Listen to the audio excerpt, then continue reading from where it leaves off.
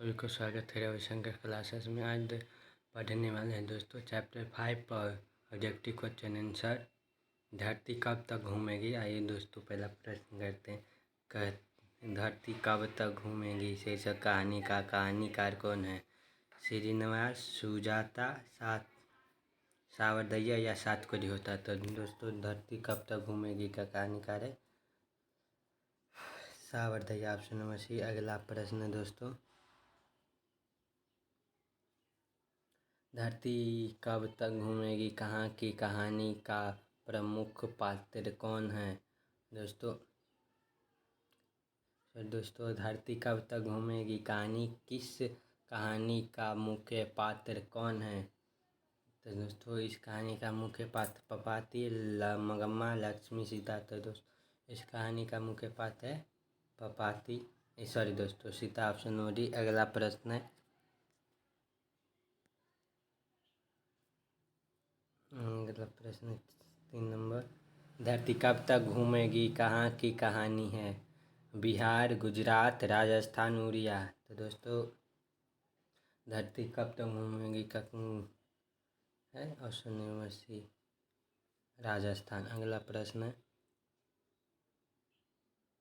धरती कब तक घूमेगी कहानी में किस को प्रधानता की दी गई है। नारी को, पुरुष को, बच्चों को, कोई नहीं। तो धरती कब तक घूमेगी को कहानी में नारी को प्रधानता दी गई है। अगला प्रश्न, सीता के बड़े लड़के का क्या नाम था। कैलाश, नारायण, गोविंद, बिरजू। सीता के बड़े लड़का का नाम था कैलाश, ऑप्शन नंबर ए। अगला प्रश्न है, सीता के कितने लड़के थे। 2, 3, 4, 5। सीता के टोटल 3 लड़के थे, ऑप्शन नंबर बी। अगला प्रश्न है, अगला प्रश्न 7 नंबर, होली किस महीने में होता है। तो होली दोस्तों फागुन के महीने में होता है, ऑप्शन नंबर बी। अगला प्रश्न है 8 नंबर, कैलाश की पत्नी का क्या नाम था। तो दोस्तों कैलाश की पत्नी का नाम था राधा। अगला क्वेश्चन है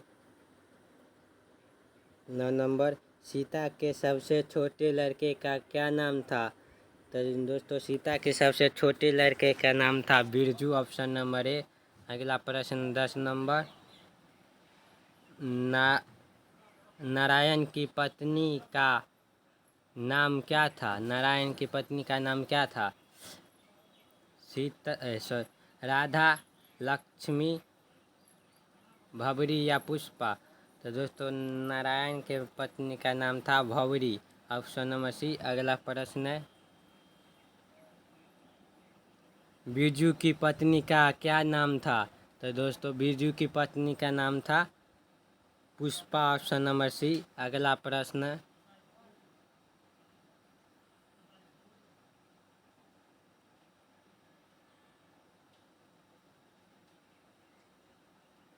सीता के अनुसार क्या सिकुड़ गया था। तो दोस्तों सीता के अनुसार घर सिकुड़ गया था, ऑप्शन नंबर ए। अगला प्रश्न 13 नंबर, कैलाश ने अपनी माँ को कितने रुपये प्रति माह देने के लिए कहा। 50 रुपये, 100 रुपये, 60 रुपये या 80 रुपये। तो दोस्तों कैलाश ने अपनी माँ को प्रति महीने 50 रुपये देने के लिए कहा था। अगला प्रश्न है,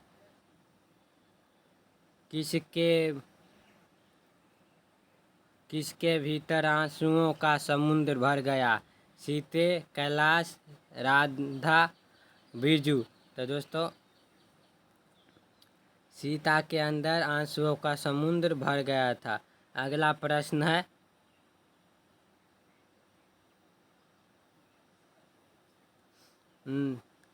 नारायण की पत्नी अपनी लड़के के जन्मदिन पर सीते को क्या भेजा?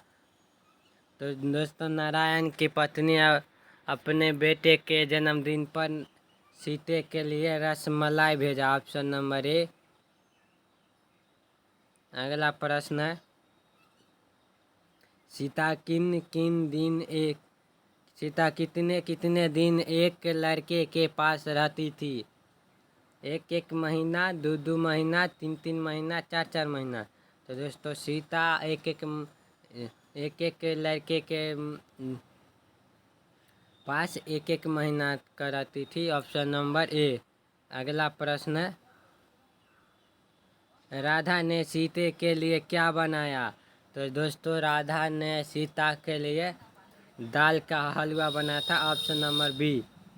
अगला प्रश्न है, सीता अपने को मानती थी भिखारी, बेकार, समझदार, दुखी। तो दोस्तों सीता अपने को भिखारी मांगती थी, क्योंकि एक रोटी के लिए तीनों बेटा के यहाँ आना जाना लगता था। अगला प्रश्न, तीन बेटे की माँ है? मंगम्मा, सीता, लक्ष्मी, पपाती। तो दोस्तों मंगम्मा के एक बेटा था, सीता के तीन बेटा है, लक्ष्मी के दो बेटा था और पपाती का 2 भाई था। ऑप्शन नंबर बी हो जाएगा। तीन बेटे की माँ है तो सीता। अगला प्रश्न है, सावरदैया भाषा के सफल कहानीकार है?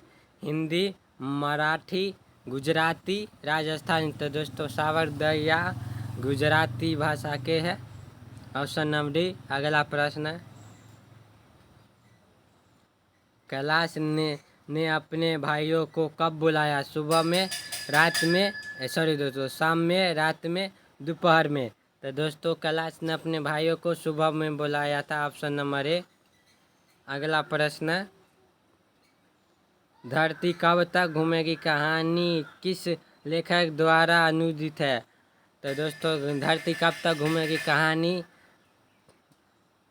सावरदैया अनुवाद किए थे हिंदी में इसका।